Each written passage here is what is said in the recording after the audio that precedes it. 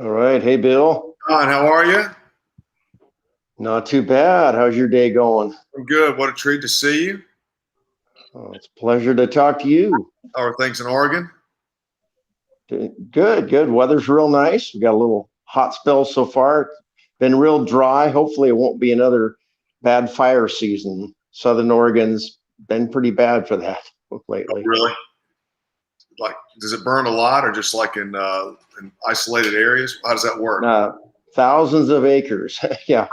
There's been some big fires, and we end up breathing a lot of the smoke. Timberlands destroyed, even homes. Yeah, it's been pretty crazy.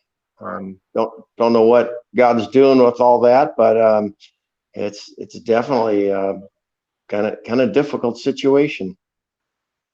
Sending a message, you think? Is there a message involved?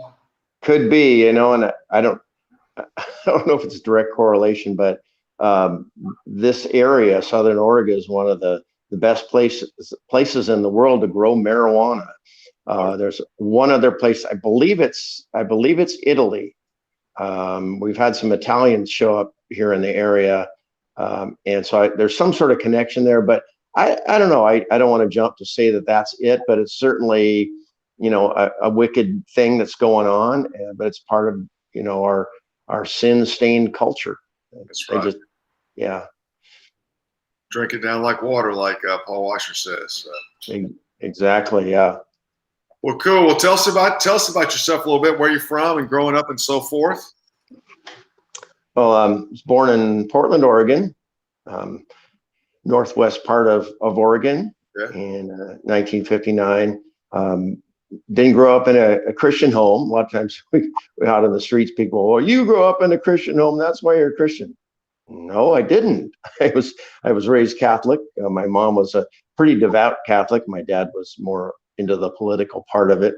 And so she taught me some values and things over the years, but certainly didn't know Jesus Christ at all. And so as usual in my teen years, just really rebelled against God, visibly, outwardly. And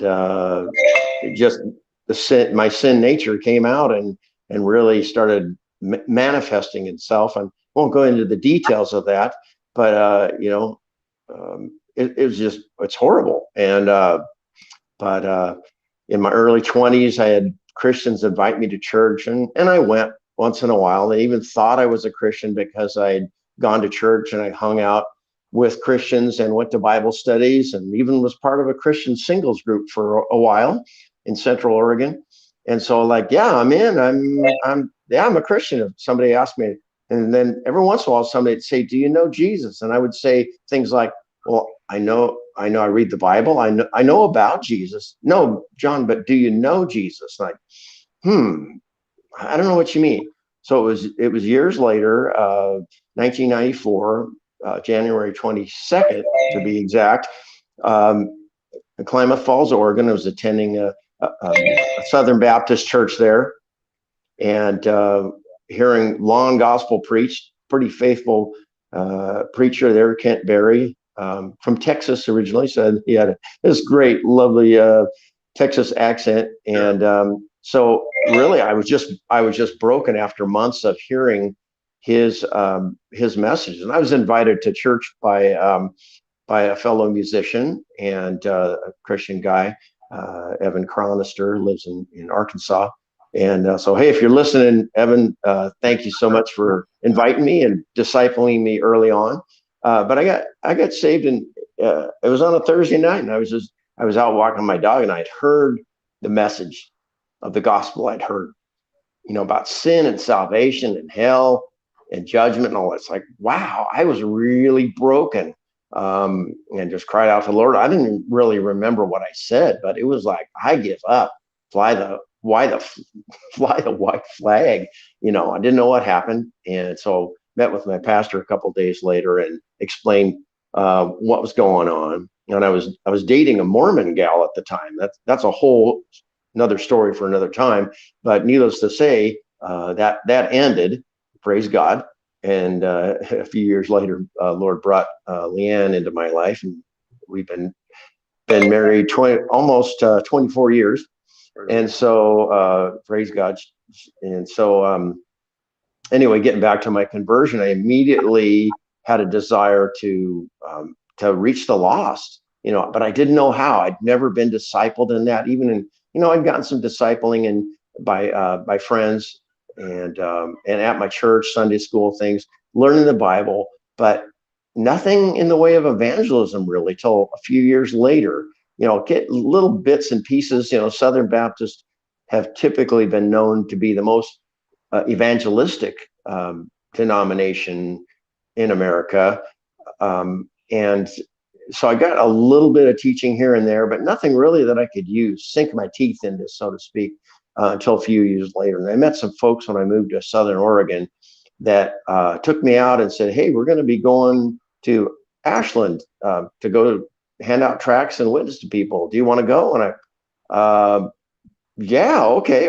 Hey, we're going to go to White City and do some door-to-door, hand out tracts and witness to people. You want to go? Yeah, okay. And so I was very encouraged by that and challenged. And so a friend named Greg Beals discipled me along in what I found out was Way of the Master. And he had talked to a couple Mormons using the law and gospel.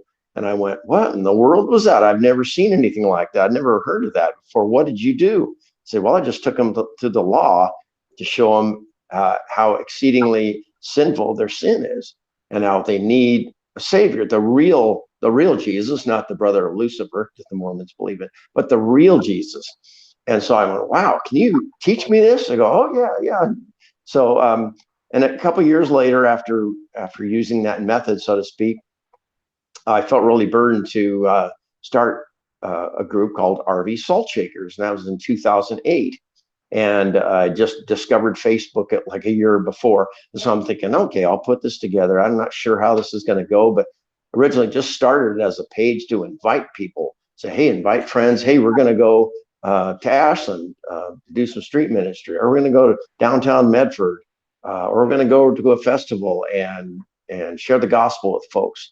So that got really exciting, just to see people gather and come alongside. So that was really is RV Saltshakers. That's kind of where my testimony led, and growing in the Lord, having people disciple me, listening and watching what they're doing, seeing how that correlated with passages in the Bible, how Jesus witnessed, how he preached, how the disciples, the apostles preached, and so that helped me a lot.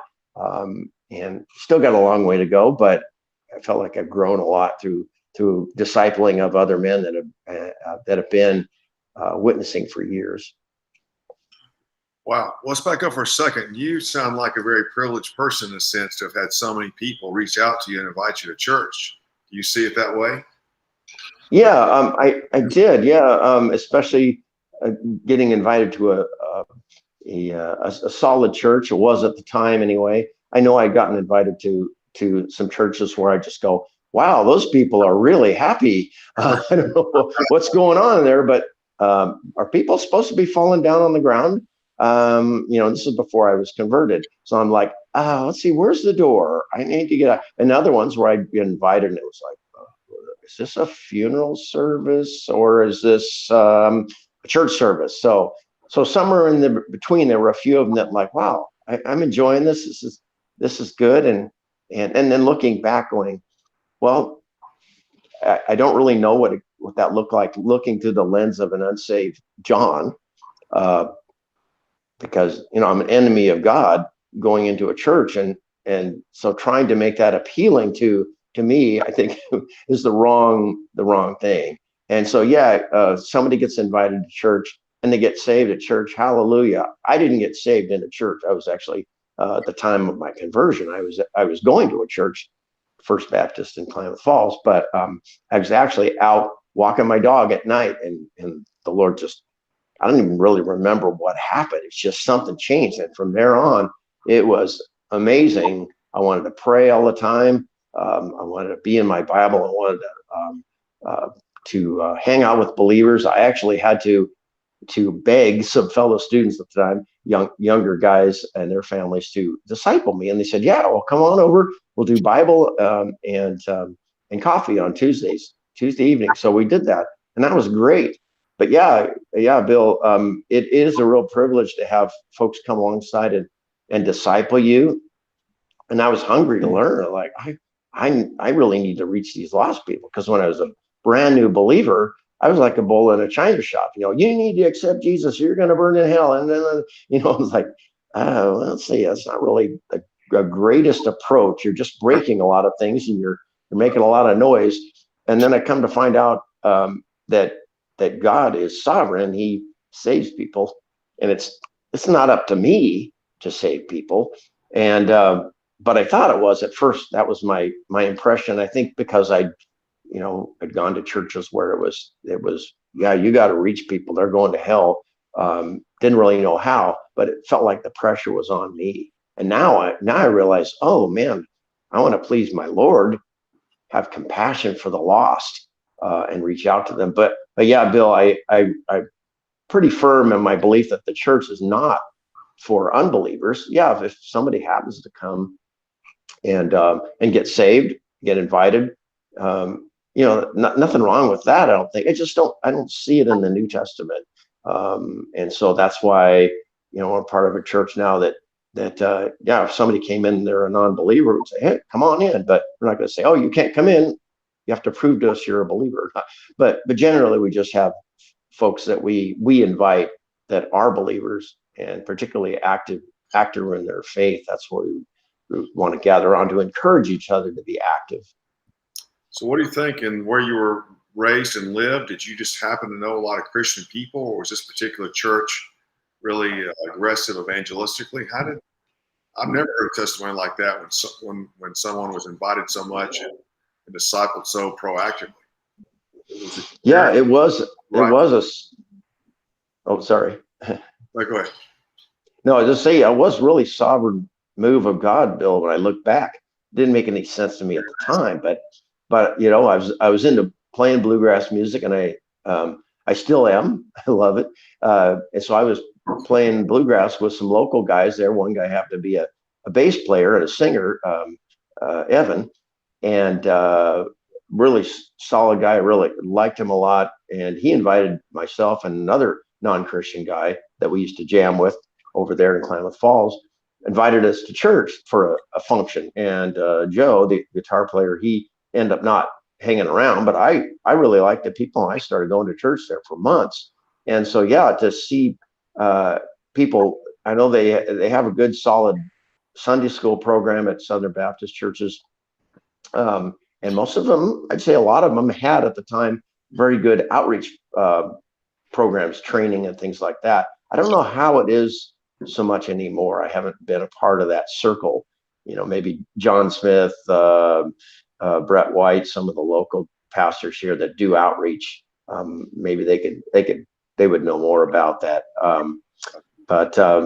Sorry, incoming call. I had to decline that. That's all right. But yeah. Oh, I'm sorry. Go ahead. Let me ask you this. So they invited you, and you started. How much, like, at what point did, well, I know this is not a question you can directly exactly answer, but when you look back, how much of that process, from introduction to meeting Evan to the discipleship, really brought to bear that moment when you're walking your dog?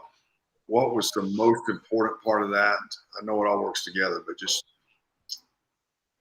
Yeah, good question, because there wasn't any discipling going on until after I got saved, because I didn't really want to be discipled. I just I liked the people. They were real friendly, seemed real genuine at the church. The music was a little old style for me, but I hung in there, and I liked the Sunday school. It seemed real informative, real helpful. But I think, the people made a difference, and they were speaking into my life. Like I said, I don't really remember what they said to me. But I do know when I got saved that God saved me. In fact, like 2 days later, I think it was, the pastor, quote, led me to the Lord. We went through the sinner's prayer, and the Four Spiritual Laws, or sometimes they call them the Four Spiritual Flaws booklet. And I kind of went, I don't know. He says, well, does that make sense? And I go, not really. Did you feel any different after we prayed? And I go, I like to say yes, but no, I didn't. But Thursday, something happened. I guess. God did something. I don't know what it was, but I'm different. And I found this verse. I shared it with one of the pastors. He kind of laughed. He says, well, it's 1 Corinthians 5:17. If anyone is in Christ, he's a new creation. Have you ever seen that verse before? And he goes, smiles. He goes, yeah, I've seen that one before. Duh, but I'm, just a, wet behind the ears, a new believer. And so I'm all excited, and they were very gracious to not say, hey, John, yeah, that's a really basic verse there for new creations in Christ. So, it's hard to remember all the way back there before I got saved, but after I got saved, I remember the discipling and asking questions, who was Methuselah, and why did Jesus say this? And the ark, wow, that's an amazing story. But I never, like some people say, well, I've been a Christian I had been a Christian for 2 years, and it took me a long time to get the thing of Jesus being God. And I never had things like that, or that all those animals, there's no way God could fit all those on the ark. It was more like, wow, that's amazing. So when I hear stories like that, where they say, oh, I couldn't grasp that Jesus was God. I don't know. I just never had that problem. I just went, wow, that's amazing. Cool. But amazing. I didn't go, no, I don't believe that. You got to show it.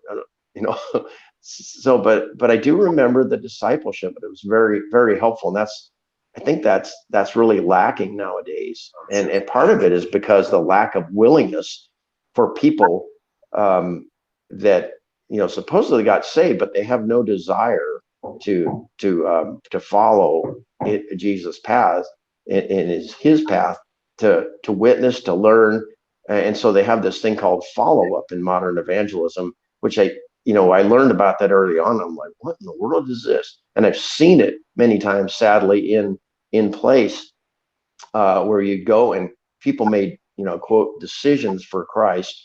And, I gave my heart to Jesus or whatever. And then you follow up with them and they go like, what are you talking about? Yeah, I prayed a prayer. Yeah. And they have no desire to talk about the things of God. So I'm like, okay, that's really different from my story. Because I had this, hey, would you please disciple me? I really need help, please. You don't see that much that often. So, but discipleship is so important to me. Cool. Really. All right, well, let's move into the ministry stuff. So before we get to talk more about that, what is your website? It is www.rv Saltshakers, lowercase, all one word, and RV for Rogue Valley. That's where we're at, Southern Oregon. So Grants Pass, based in Grants Pass, and beyond, All right. And so we .com or .org? .com. Okay. Yeah, and then we're on Facebook too, or Faceplant, sometimes people call it. So you started to talk about it a little bit, but so tell us how you were talking about getting into it, and then just give us a big snapshot of getting into the work, and then people coming along and what you're doing now. Yeah, right, Bill. Yeah, it was inspiring to have people invite me to go out and do ministry, because I was trying to do stuff on my own and thinking like, what do I do? I've done a little bit of door to door with people from church, and just spotty here and there, and handed out tracts a bit, but I didn't really know where to get tracts. So what's a good gospel tract, things like that. So when I started with RV Saltshakers, I started discovering good gospel tracts. So my favorite is Living Waters down there in Southern California, and then Tract Planet, and then 1 Million Tracts, via Bazoogan Tract Ministry. But those four suppliers, I think, just have some great tracks. And then we have local guy, John Peterman, gospel outreach signs and banners. Oh, he makes tracts and banners and signs and stuff. But yeah, getting started with RV Saltshakers, it was really a lot about equipping others, encouraging them to come out. And then later on, I found it was a little bit more of challenging people, because we get what we call the doing it wrongers. If you want to look up hashtag doing it wrongers, DON ITWRONGERS, doing it, hashtag doing it wrongers. If you want to look that up and see what happens when you're out there and people are saying you're doing it wrong, and you ask them the classic thing, so what do you do? And they say they don't do anything, and that's been a frustration. So there's the challenges, but then there's also the encouragement, which has been real satisfying, getting folks coming alongside and going, hey, when's the next event? That's my favorite question.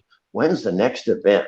You know, and a friend of mine, J.R. Stevens, he has been an evangelist for quite a number of years. He says, you know, it's not an event. Evangelism is a lifestyle. It's and we coined the term AAA club, anyone, any place, anytime. So have tracks on you all the time. Look for opportunities, even if you don't have a track, conversations. And so RV Saltshakers was about posting events like, hey, looking out on the internet, or even just hearing it from people. Hey, there's a festival going on in Shady Cove. They have it's a fishing festival or whatever, a boat festival, and they're going to be people there. So, hey, it's going to be this date. Let's go with gospel tracks. And later on, we started doing more of open air preaching, and started doing signs and banners, which found that those are very, very effective, particularly if you're at an event that's really loud, or there's a lot of background noise, and preaching doesn't really, you can't be heard really well, or maybe there's just so much interaction with people. Maybe like BLM events, we've gone to those, not Bureau of Land Management, for Black Lives Matter. You're gonna make that really clear. But go there, and they're so in your face and all over you that just standing there with a sign, and then waiting for things to settle down, and then have conversations with the ones that are willing to talk. So that's changed a little bit over the years, from just handing out tracts and witnessing one-to-one to signs, banners, open air preaching. But it's also opened up a lot of venues. So it's been really encouraging to have to be able to invite people along, meet new people, introduce people to other people that have the same passion, that want to fulfill the Great Commission, and witness to people in whatever way that they feel called to. You know, not everybody's called to stand up on a box and preach. Not everybody is called to hold a sign or be at an abortion mill, or maybe even hand out tracts. But everybody's called to do the Great Commission in some way. Not just, and you know, maybe some will disagree, but not just men.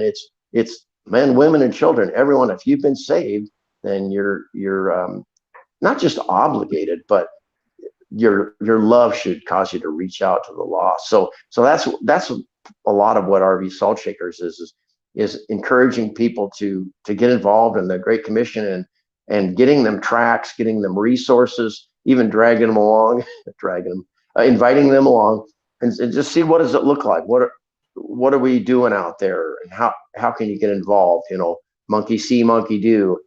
Come along and watch, and hopefully you'll get a passion for whatever part of it that we're doing. What kind of events when you go to an event, what kind of events do you do? Oh boy, there's a lot, and it's changed, as you know, because your ministry has changed a little bit this last year. So we used to do a lot more of just festivals, like, for instance, Winston Dillard Melon Festival up there in Winston, Oregon, just north of us. A real family-friendly event centered around melons, you know. And so parades, there's a parade where you can track. We go set up a booth there and man the booth, and it would be several days, like 3 days, I think that one is. And people would come and we'd talk to them. We'd send people out on the grounds to hand out tracts and look for conversations. Our two big ones in Southern Oregon are the Pear Blossom Festival, tens of thousands of people, big parade that has hundreds of entries and a booth. And that's a 2-day event, and just tons of people, lots of people. Open air preaching, started doing that a few years back. And then Boatnik, which we just came off of that 5-day event. Basically about almost 50 hours of evangelism, right there in a park in Grants Pass. The second biggest, it's called Boatnik. It's a Boatnik, like kind of like Beatnik. And so it's about the second biggest event in Oregon. Huge. And granted, that was throttled down quite a bit this year. We didn't get to do a booth, so we did open air preaching. We had signs, gospel tracts. You get out hundreds, if not thousands, of gospel tracts. Folks like Mason Goodnight, his group up north from Roseburg, Winston area, came in and handed out tracts, did open air preaching, banner ministry. So a lot of events like that. And this last year, we started going to more of the things like BLM events, because they were happening, especially in the summer, and reaching a whole different crowd of people.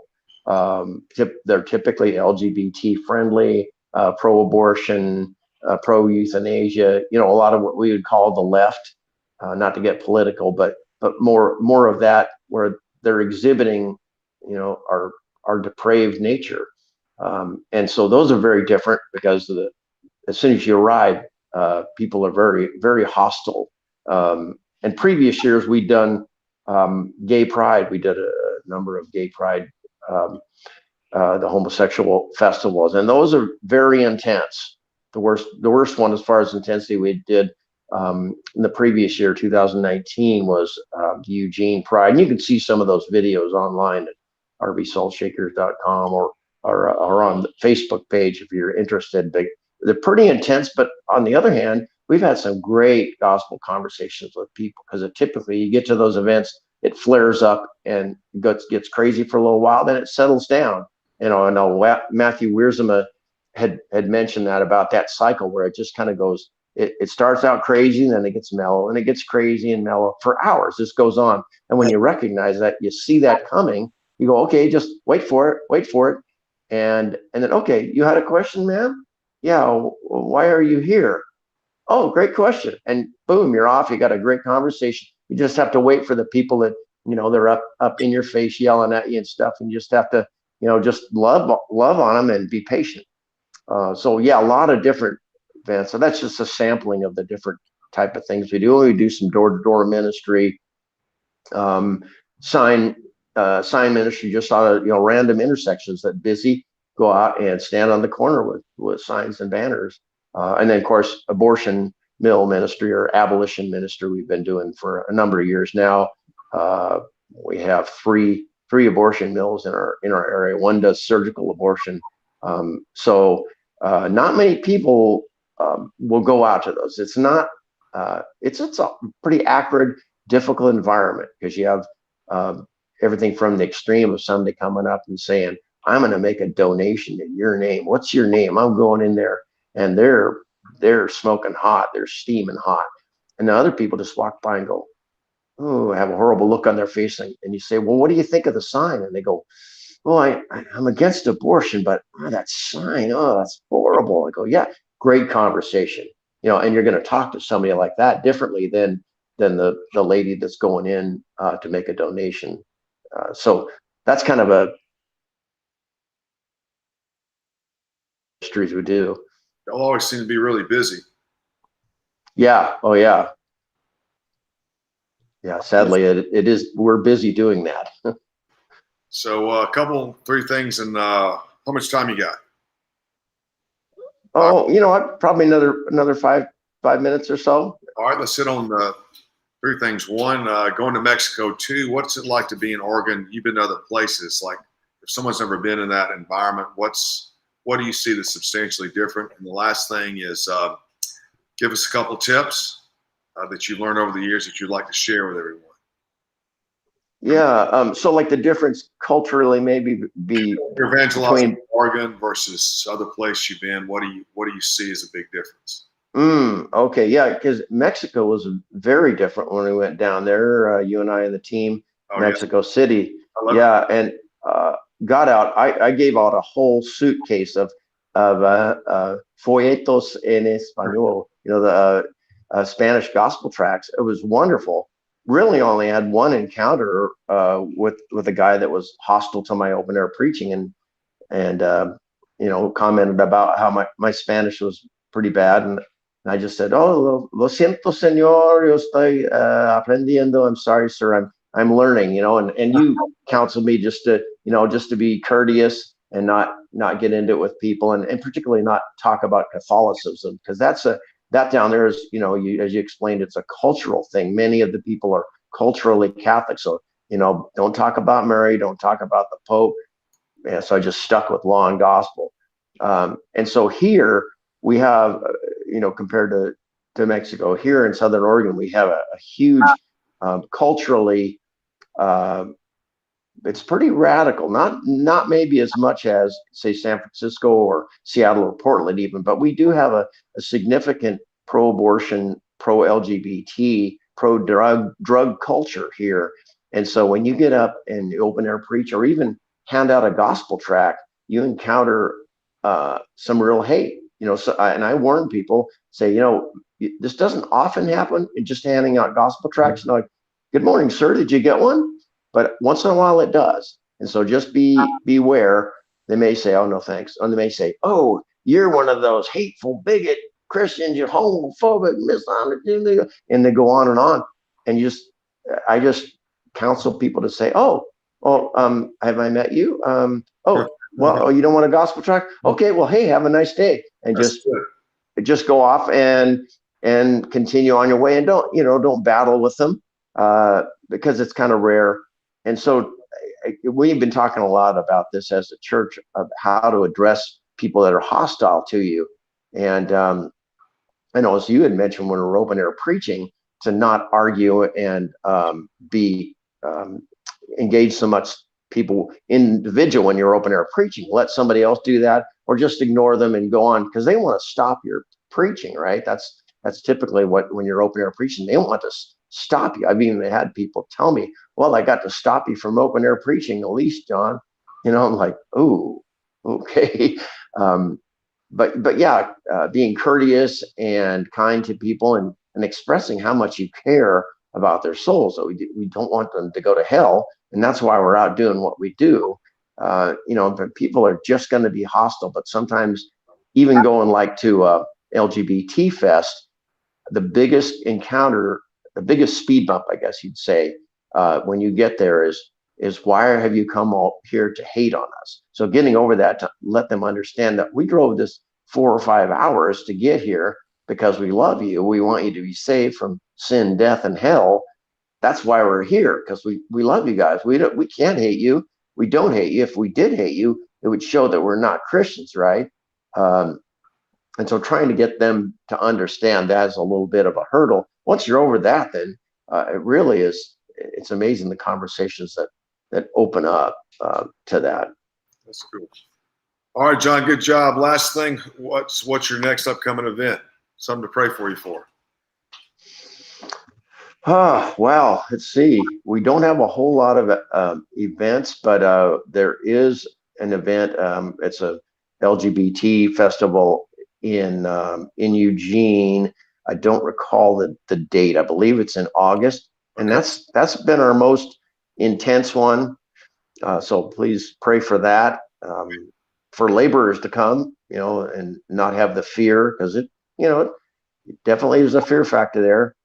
But our continuing, I guess this is one where we have a lot of turbulence here in Grants Pass with our growers market.